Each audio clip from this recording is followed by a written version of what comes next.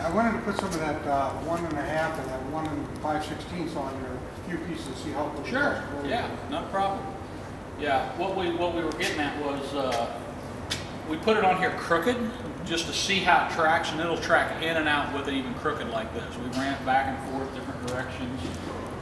One of the things that Josh suggested, which I think, you know, it's up to you guys, but when he set this unit up on here, he had a heck of a time getting it straight.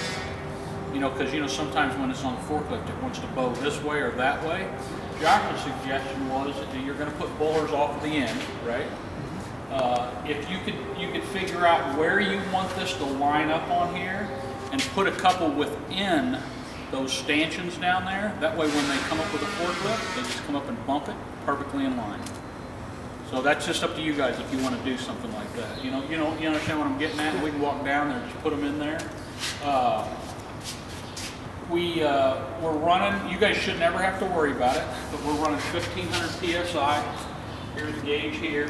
The reservoir we filled completely up. You shouldn't have to worry, unless there's a leak, you shouldn't have to have any dealings with that whatsoever. Now, one thing I would suggest, and we'll have to get with John and see, or I'm sure Napa, that filter, after this thing runs for a while, and maybe what might be even the best is maybe when we come back to do the outfeed, we'll get another filter and put it on. Okay. Simply because all these hoses have been made up and everything's run, we'll give it a chance to run for a little while, then we'll change that filter out.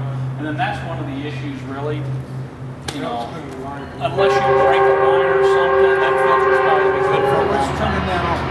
Yeah, this is on, there's running, that's off, that's the disconnect. So now we're off entirely. And of course it's hot to here, but you're off over the breaker box. So I don't know if they normally turn this off every night. You know, that's your disconnect for the in-feed unit. So this is the disconnect for this. So on, pull it out, now we're running. I'm not gonna mark these because I could mark them one way and your operator might say, why do you do that? I'm gonna let him mark them. Okay. So this one here, the right side, controls the in and out, and this one here controls up and down. Okay? And as you can see, we're down, so down is out, up.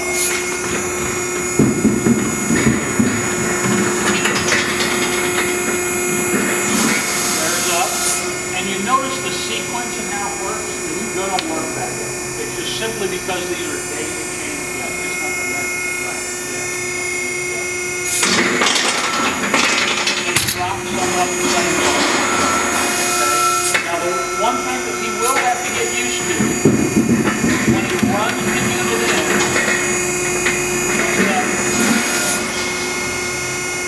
you know how they normally want the unit to stop here?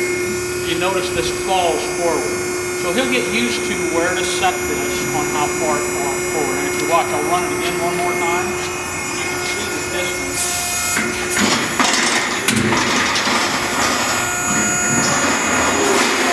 Probably about a 6-inch drift.